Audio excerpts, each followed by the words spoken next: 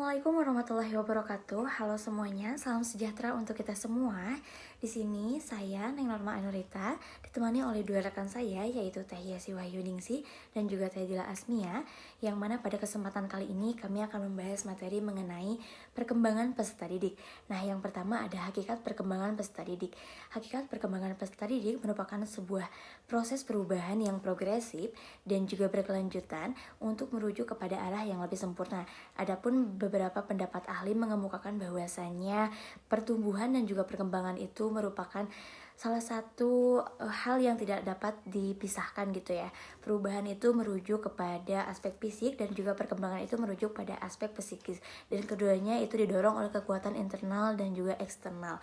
Selanjutnya yaitu ada pengertian dari peserta didik. Nah, menurut Umar Hamalik pada tahun 2001 mengemukakan bahwasannya peserta didik itu merupakan individu yang memiliki fisik dan juga psikis yang khas, yang dimana potensi-potensi yang khas tersebut itu harus dikembangkan dan juga diaktualisasikan agar mencapai taraf perkembangan yang optimal. Nah, selanjutnya ada pengertian dari perkembangan peserta didik. Nah, perkembangan peserta didik itu merupakan sebuah proses yang kompleks yang dapat dibagi dalam ruang lingkup utama, yaitu perkembangan fisik, intelektual, kecerdasan emosional, kecerdasan spiritual, kecerdasan interpersonal, dan lain sebagainya. Nah, selanjutnya ada tujuan dari perkembangan peserta didik. Yang pertama yaitu ada untuk mengamati, mengukur, dan juga menerangkan perubahan dengan tingkat usia yang mempunyai ciri-ciri universal. Nah, perubahan yang dimaksud itu dalam tingkah laku serta kemampuan yang sedang berkembang gitu ya, sesuai dengan tingkat usianya.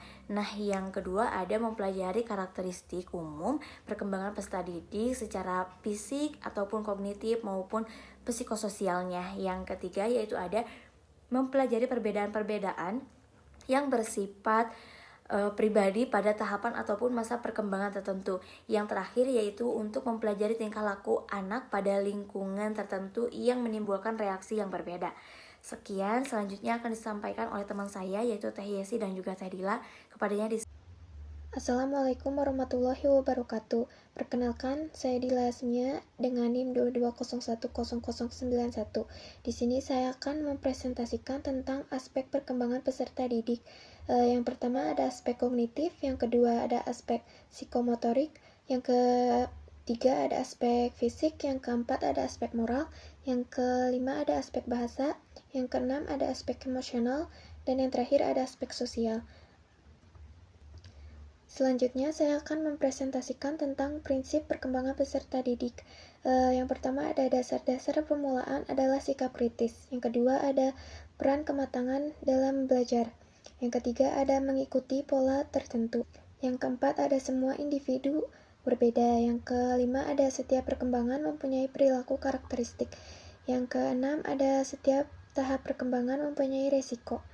Yang ketujuh ada perkembangan dibantu rangsangan. Yang kedelapan ada perkembangan dipengaruhi perubahan budaya.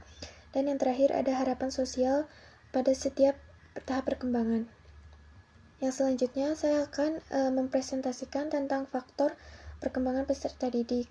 Yang faktor pertama ada faktor internal, yaitu faktor yang berasal dari diri sendiri. Yang kedua ada faktor eksternal yang berasal dari orang lain, dan yang terakhir ada faktor psikososial.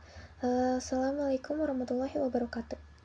Assalamualaikum warahmatullahi wabarakatuh. Perkenalkan, nama saya Yesi Wahyuningsi dengan NIM 220100011.